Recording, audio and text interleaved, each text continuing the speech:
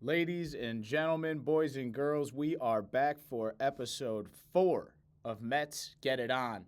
Please go subscribe to my YouTube channel. Please leave some comments on the YouTube video. Leave some likes. Go give me 5 stars on Spotify. I need the help, man. I want to build this thing up and make myself a very relevant part of the Mets community moving forward. So go support your guy at Mets Get It On. Unfortunately, the Mets come out with a opening series loss to the Houston Astros. Tough to see. Not exactly the way that we thought things would play out. We thought we were going to have an extremely high-powered offense and have to fight through with our starting rotation. Obviously, look, we're 3 games into the season, but the Bats have been very quiet. 5 runs in 3 games, not going to get the job done. But there's a ton of positives that we can still take from this opening series. The Astros are no joke. They've made the playoffs 9 straight years. They're not a team to be taken lightly, and sometimes you're going to lose a couple ball games here and there. So I want to dive in with a little recap of the series. We're going to talk about a couple different news and notes, some fun things like the Torpedo Bats going on in the Bronx. And then I want to dive into the Miami Marlins. And that is a place where you can turn things around real quick. So, you grab 2 out of 3 there. We're back to 500. You sweep them, and we're up. So should be a good opportunity to get right, and that series will be kicking off. But just to recap things, I want to go to Game 1, where we had Clay Holmes against Framber Valdez. Clay came out, and he did not look as sharp as I have been talking him up. I said Clay was going to be an all-star, and look, it's his first outing of the season. We'll see what happens. He has to have a bunch of jitters. He hasn't pitched in forever. But, Holmes went out and pitched 4 2/3 innings with 4 Ks. His ERA is sitting right at a 3.86 now. So all that stuff doesn't look horrible as far as the stat line, but he just had a lot of traffic on the bases. He wasn't using his new kick changeup pitch, and I think he's going to have some adjustments to make. And but that being said, very tough lineup. So tough to expect immediate strong performance right out of the gate. But when we talk about someone who brings strong performances right out of the gate, Framber Valdez of the Houston Astros is a problem. He is an issue. 7 innings pitched, gave up only 4 hits, no earned runs, absolutely sliced and diced us, tossed us into a blender, said, what powerful lineup, are you kidding me? But I want to go kind of straight to the 9th inning. As far as this opening game, we had Josh Hader coming up for the Astros to close this game. Mets are down 3-0, and they definitely made things interesting. Starling Marte opens things up with a single to left, followed by Tyrone Taylor, who is scratching and clawing along at bat. He singles to left. Luis Angel Acuna, he had a hell of an at-bat. He's behind in the count, keeps fighting, fouling pitches off, great eye on multiple occasions, draws a tough walk to load up the bases with no outs. Who comes up with a great opportunity to bring the Mets right back into the ballgame? But the guy Hayden Sanger, who had been working at the Whole Foods in the offseason, our backup catcher, he comes up and he, quite frankly, looks overmatched. Strikes out swinging. I was actually pretty happy with that result, as sad as that is to say, but I'll take that. I don't want him grinding into a double player, causing bigger issues there.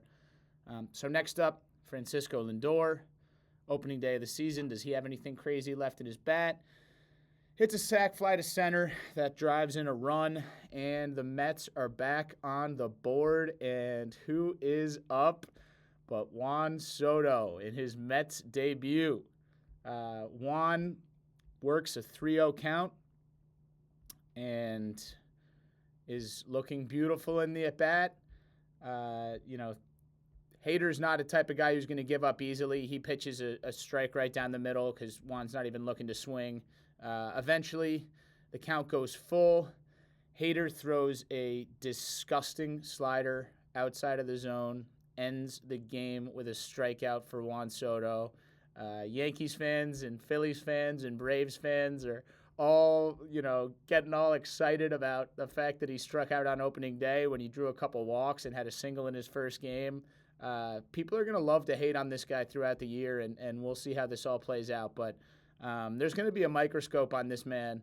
But he had an unbelievable opening series, and Juan Soto is not the problem. He is not going to be the problem. As I said, the lights are not going to get too big for him. But regardless, the Mets dropped their opening day game of the season. Who's coming up next for us in Game 2 to try to get our record back to 500? But Mr. Big Drip, Tyler McGill, facing off against Hunter Brown of the Astros. And Tyler looked like that Sylor that we see in that March and April timing where everything's working for him. 5 innings pitched, 6 strikeouts, 1 earned run.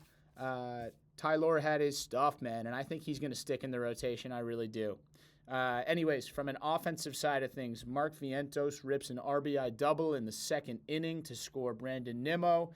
Right after him, Jesse Winker comes up, gives us a 2-run lead with a single up the middle, and we are finally on top for a sec. I am watching at my girlfriend's apartment, absolutely losing my mind. It is good to have Mets baseball on, and it's even better when they're playing with a lead. And things only get more fun from there. In the third inning, Juan Soto at bat launches an absolute rocket to deep right field for his first home run as a New York Met. Unbelievable watching him take at bats. It's truly special, and it's really nice to see him immediately get out of the gates with a strong performance in this series. The offense looks a little bit rough, but Juan looks like the real damn deal. From there, Tyler McGill got into a little bit of trouble. Reed Garrett comes in, fully cleans up the mess. And then Edwin Diaz comes in for the 9th inning. People were worried about this guy, said he had diminished velocity. That fastball was up to 98 miles an hour. Leads in, comes right in, strikeout, fly out, up, down, down, down. Edwin looked nasty, and he looks like he's poised for a really, really strong comeback season, having a full healthy spring, and just being ready to go. I think he's going to be fantastic. In Game 3, Griffin Canning comes out. He pitches really, really well. 5 2/3 innings pitched, gave up 2 runs. Looked about as solid as you can look. And I think, this guy, a lot of people were thinking maybe a bad signing and a panic signing. I think this guy can stick in the rotation. And as I said, he has a rubber arm. He's coming over from the Angels. I have full and complete faith that he is going to be a solid contributing member of the rotation. But the frickin' bats just did not come out. Spencer Arrighetti, 25-year-old, pitching for Houston with great stuff. Goes 6 innings pitched with 1 hit and 1 earned run. Soto is actually the only Met to get a hit on the day with a double. And, they took an L in this one. It was tough. One highlight, Jose Siri gets on with a walk, steals second base, advances to third on a flyout, and then Juan Soto rips a very innocent little ground out. Arrighetti's throwing over a little lollipop to first base. You can't do that with Jose Siri. This guy is fast as hell. Immediately takes off the moment he sees any kind of hesitation and rips home. So manufactured runs. I think he's going to be really fun to watch this year, Siri. There's going to be times where he's going to frustrate the hell out of you, but, the upside is there, and he should be a ton of fun to watch. We dropped 2 out of 3 right out of the gate, but what stood out to me was watching Juan Soto over the course of the past few days was truly special. You'll never know what it's like to really watch this guy until he's on your team and you're watching his at-bats with a microscope. The way that he takes at-bats, the control that he has over the zone, the way that he just is perfectly poised and so confident, it is so damn fun to watch. And I feel even better about my thoughts of this is a safe long-term investment and just an unbelievably talented hitter. So he goes 3 for 9 in the opening series, also draws 4 walks, hits that homer that we talked about. His on-base percentage is currently at .538. We talk about superstars come over to Queens and sometimes struggle, but I don't think that's going to be an issue with Juan. and I cannot wait to watch what this guy can do over the course of a full 162. Another positive, and a massive positive in my mind, is the Mets bullpen. Look, Houston's is definitely still very solid as an offensive unit. The bullpen comes out, pitches to 9 2/3 innings, 0 earned runs out of a collection of, Huascar Brazoban, Danny Young, Reed Garrett, AJ Minter, Ryan Stanek, Jose Budo, Max Kranick, and Edwin Diaz. These guys looked really freaking sharp, and I think that this pen is going to be a major, major strength. Great to see Minter come out, healthy to start the season. Unbelievable to see Edwin Diaz with that velocity up there. Really cool to see Max Kranick challenging some of Houston's best hitters. I really love what we saw out of the pen, and I think they're going to be a huge strength for this team all season. We have to talk negativity a little bit, and I said do not get after this guy. We know he's going to be slow in March and April, but our king, our emperor, our savior, Francisco Lindor, 0 for 11 to start the season with 3 strikeouts. He's known for really struggling out of the gate, and we just have to give him some time. This guy finished second in NL MVP voting last year. Once he figures it out, we'll be in a great position, and I think with the depth of the lineup that we have, we can allow this guy to take his time to get going. Most importantly, my guy Francisco has just had a baby boy, Koa Lindor, so you know that dad strength is going to come back. He's going to be hitting deep, deep dingers. And Koa Lindor, I hope this is our starting shortstop in 2047. So let's keep it in the family, Koa. Stick with the Metsies. Let's go orange and blue all day. But congratulations to Francisco. Just on some other pieces, just to talk about how excited I think our fan base is for this upcoming season.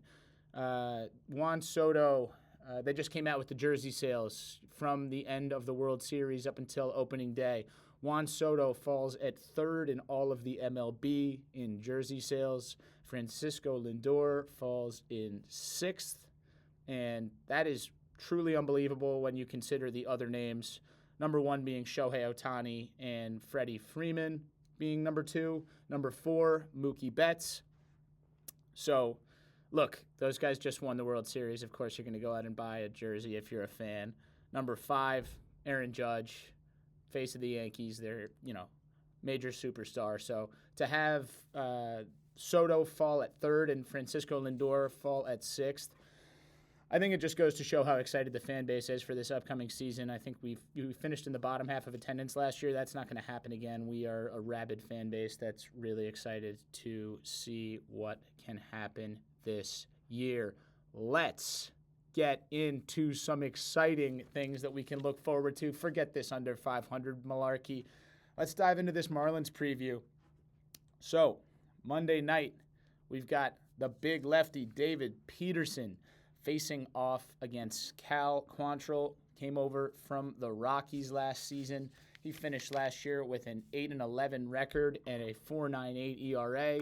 You kind of got to throw those stats out the window when they're happening in Colorado, where the ball flies and runs are very much not at a premium. He came over on a 1-year, $3.5 million deal. We'll see what Quantrill can do. But yeah, as I've talked about with David Peterson, he finished 10-3 with a 2.90 ERA last year. I predicted him to lead the National League in wins, so now would be a great time to get that started against an extremely, extremely weak Marlins lineup. On to Tuesday. If you're watching on YouTube, you can see my Ghost Fork shirt in honor of my king, the master of the Ghost Fork, Kodai Senga, making his season debut. I cannot freaking wait. And he is going to be facing off against Sandy Alcantara. So that is an ace-on-ace matchup. Tough that we get a draw of Sandy early in the season while he's still on this team. I think he could be playing for, as I mentioned, an Orioles team, a Mets team potentially, a Yankees team. I don't think he's going to be with the Marlins long, but we'll see what he can do. Hopefully Kodai Senga shows that he has control of the zone. That's going to be a huge thing for him all year. Command of his pitches. and just stay healthy, you beautiful angel. On to Wednesday. Clay Holmes will get his chance at redemption against an easier lineup, and Connor Gillespie will be going for the Miami Marlins, a rookie pitcher. So this is a really good opportunity for Clay Holmes to get his confidence back after, a relatively mid-start last time. And this lineup should be a lot easier for him to face and have his way with. So we will see how that goes for him. Hopefully he mixes in that kick changeup. Hopefully he's got better command of his stuff, and he bounces back. I'd love to see the Mets sweep this series. Would be happy if they take 2 out of 3, get back to 500 before that home opener going on against the Toronto Blue Jays after Miami. So really excited to watch that series. Just had to dive in on a different subject. Got to talk about it. This torpedo bat that the Yankees are using. Essentially, they're moving wood around different areas of the barrel to give the longest sweet spot possible. These torpedo bats look wild, man, and they worked in a big way. The Yankees scored 36 runs in their first 3 games. Part of those 36 runs were 15 home runs. So these torpedo bats are looking dangerous. Supposedly, there was a physicist on the Yankees staff that was paid. Came up with this concept, and all I know is I've already heard that the Braves have placed an order, and I hope my Metsies have placed an order, because if you're not taking advantage of this, it's fully within the rules. You better be trying to do every possible thing that you can to have an advantage in this game. So this torpedo bat's going to be a fun thing to monitor moving forward. We'll see how widespread this becomes across the MLB. We'll see if there are any kind of rules in place to block this moving forward. But the runs were going crazy, and the home runs were going crazy in the Bronx on their opening weekend, so this torpedo bat will be something fun to monitor. Anyways, as I've said, please go subscribe to my YouTube channel. Please leave some comments on the video. Please go give me 5 stars on Spotify. I need it, man. I'm trying to pick up some steam, and I want this podcast to keep growing. Episode 4, really excited that we've made it this far. My plan is to be at opening day Friday against Toronto, so I will be out. I will be about. Don't be afraid to say hi to your boy.